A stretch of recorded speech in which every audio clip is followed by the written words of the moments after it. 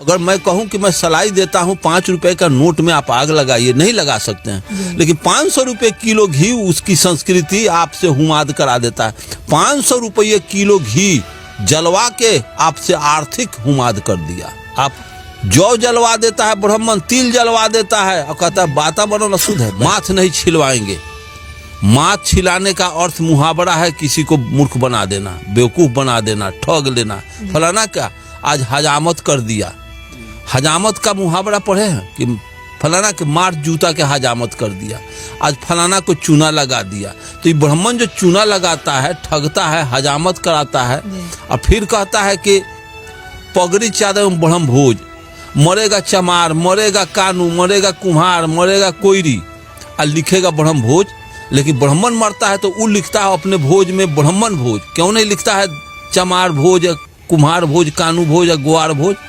चूंकि वो आज़ाद है इसलिए वो मरा तो वो अपना भोज लिखा। लेकिन हम लोग कितना गुलाम है कि मरेगा कानू और लिख देंगे ब्राह्मण भोज।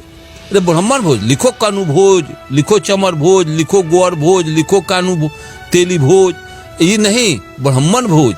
और जबकि दलित पिछड़ा के यहाँ ब्राह्मण खाना तक नहीं खाएगा, अब भोज उसी का हम लिख देते हैं। चूंकि उसके जुबान को और उसके संस्कृति का हम गुलाम है। इसी सत्यनारायण का कथा और राजा रामचंद्र जी के आरती कितना बड़ा ढोंग है। बोलो रांची चुतर कराची पीढ़ा, सत्यनारायण भगवान का कथा है तो उसी का आरती होना चाहिए। और आरती कैसे? जे राजा रामचंद्र जी के आरती गावे, बैठे बैकुंठ प्रेम फल पावे। अब ये बैकुंठ में को प्रेम फल पा रहा है, मोबाइल में नंबर डायल करके हमको पूछना चाहिए कि बैकुंठ में प्रेम फल का स्वाद कटहर लेखन है कि लीची लेखन है कि पपीता लेखन है? स्वाद भी तो भेजो, ये भी नहीं। और जो मर के गया वो वापस नहीं आया तो फिर तुम कैसे जानते हो कि बैकुंठ कहीं होता है? जब मंगल ग्रह पर चंद्रमा गया है, चंद्रमा पर गया है, टेलीस्कोप आकाश गंगा में टेलीस्कोप दूरबीन से निहारिका और सौरमंडल को करोड़ों किलोमीटर ऊपर जा करके देखा, तो इस वैज्ञानिक को कहीं स्वर्ग नरक का आता पता नहीं। पंडित जी के चल जा स्वर्ग में हरियरका में छेद करके ढुकल हो तुम बाबू।